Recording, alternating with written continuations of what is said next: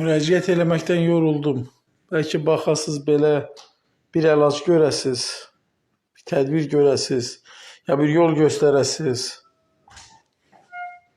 Ki bəlkə müraciət etməyin, bəlkə deyəsiz bizə.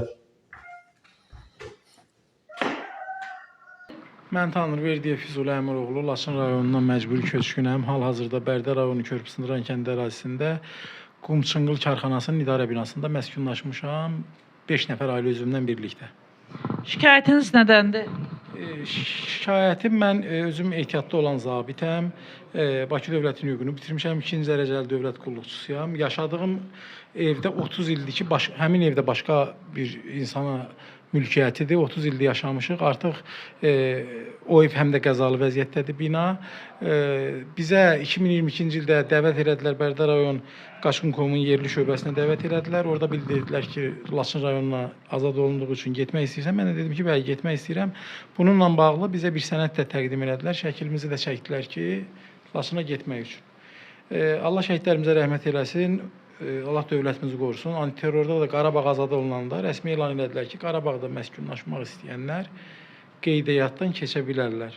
Mən də həmin vaxt getdim Qaçqın.com-da Xankəndi şəhərində yaşamaq üçün, ailəmlə birlikdə yaşamaq üçün müraciət elədim.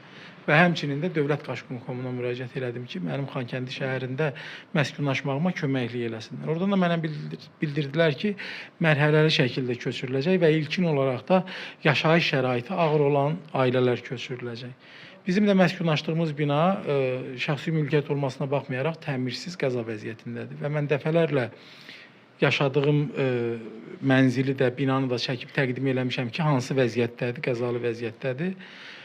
Hal-hazırda binada bizim qonşularımız, Qarabağdan olan qonşularımız köçürüldüyü üçün biz binada tək ailə olaraq yaşayırıq.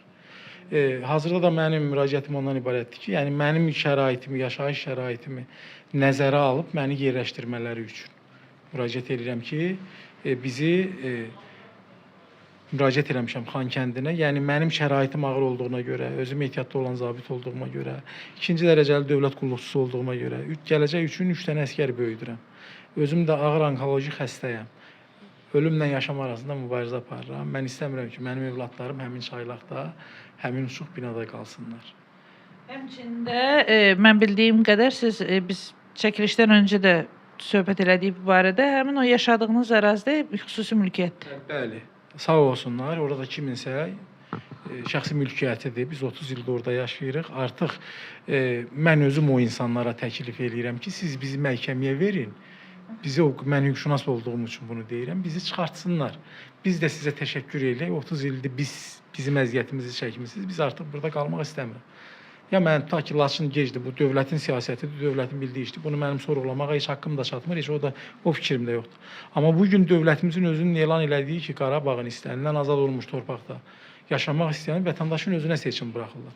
Mən də müraciət edirəm. Son 10 gün bundan öncə də mən Qaçqın.com-da müraciət eləmişəm, rəsmi elektron ünvanlarına müraciət eləmişəm ki, mən Xankəndidə yerləşdirin. Şükür köçlər başlayıb, təmir olunur, dövlətimiz o boyda xərclər.